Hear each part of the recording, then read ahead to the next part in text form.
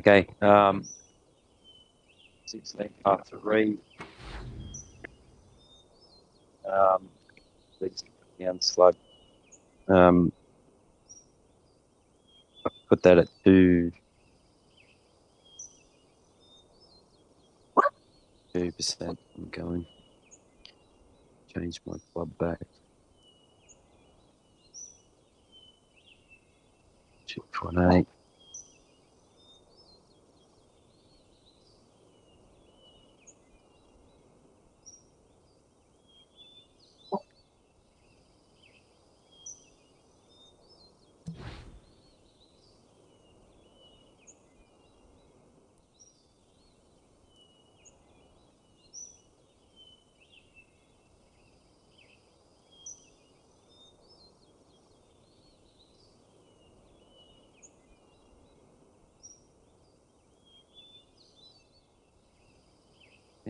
One from max.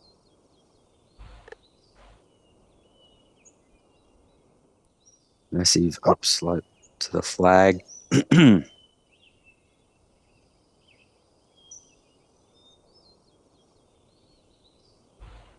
Off you straight.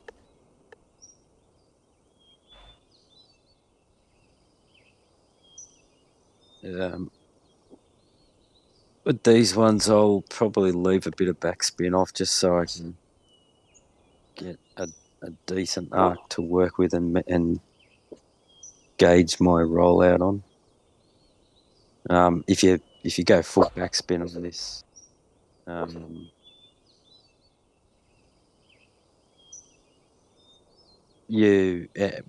and slight headwind, I tend to fall short measuring this close, so I'll take a few off, leave myself a little bit a rollout to play with, just in case I'm slightly out on my setup.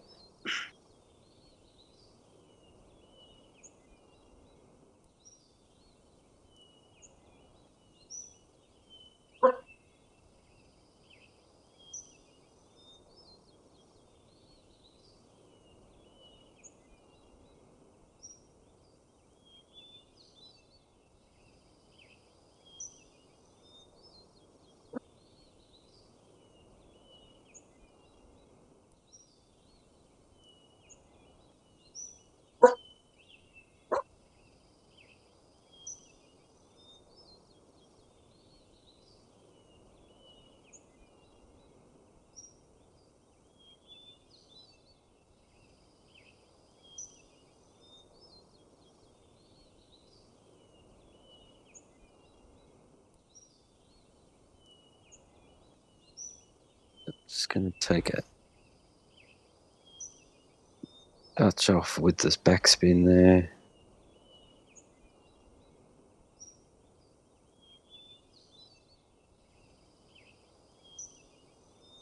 Okay. 1.4, 11.5.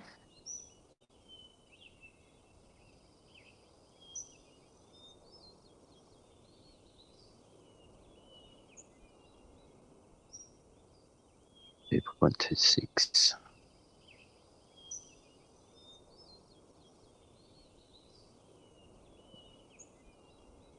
That it.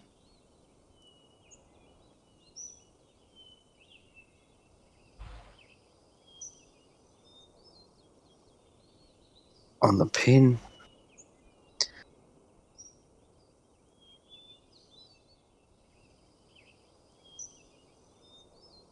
Okay. So I've set my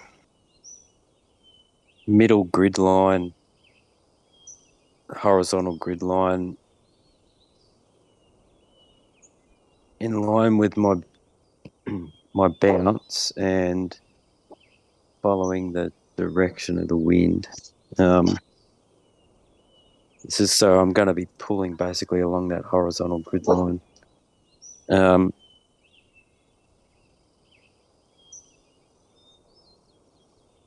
It's pretty flat, possibly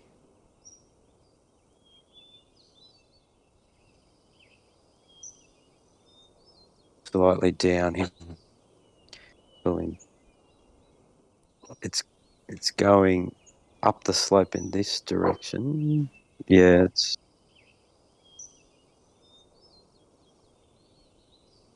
but slightly down. So it's a tough one. I'm going one tick closer. I'm going overall. That's going to be a tick closer. So a slight downhill pull is what I'm judging that to be. So for this 2.8 quartering headwind, 1, 2, 3. Oops, I think I went 4 then. 1, 2, 3. I'm going to push it back one tick to the flag. But what I eyeball to see is a slight downhill adjustment.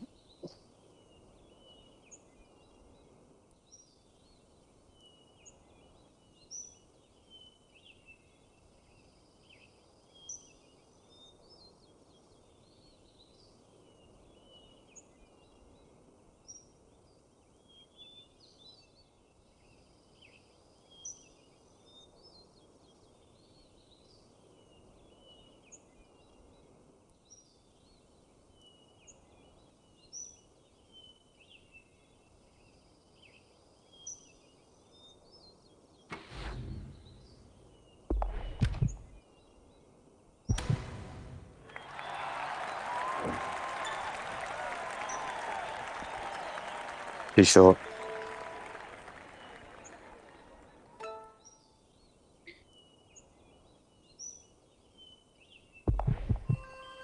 So I think an important thing you brought up when you were first setting up there was, you left 3 or 4 bars of backspin off to hopefully prevent what just happened, right? Which was the ball checking up sooner than you wanted it to. And you Yep. alluded to the fact the other approach, of course, is just go full backspin and basically go for the one hop dunk. Do you have thoughts on one approach versus the other? I genuinely go with a little bit of rollout. Give myself a bit of play. Obviously not enough in that one. But the one hopper feels to me like a hit or miss type approach, right? You're putting all your eggs in the one basket. Yeah, I hear you. As opposed to leaving a little bit of rollout to a little bit of leeway in getting your shot view wrong. You set up distance wrong. It's tough though, especially with a hole that slopes the way that one did so severely from back to front. Because for me at least, what I've been playing with lately is going for that sort of that tight one bounce approach, and finding often I'm missing it long, but I'm getting either lucky or good or probably lucky with it spinning back into the cup. Yeah, true.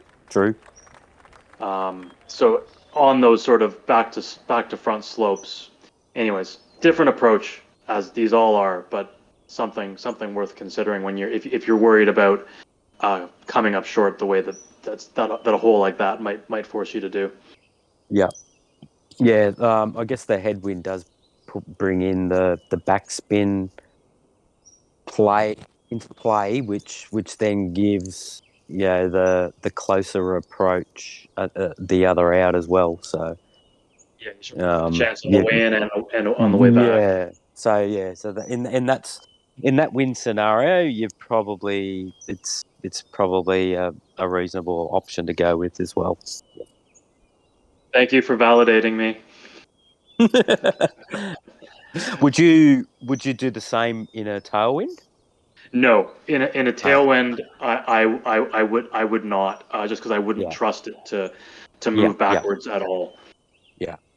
I mean, it's funny though, because some holes on some courses it does, even in big foot in a tailwind, it'll still come back for you. And other courses or similar, at least visually similar shaped greens, it won't do that for you. And I don't understand why it works sometimes and sometimes it doesn't. So typically, if I've got a tailwind or a quartering tailwind, I won't use that same approach. I'll Yep, try to get yep. it all the way in and not expect it to come back. Yeah.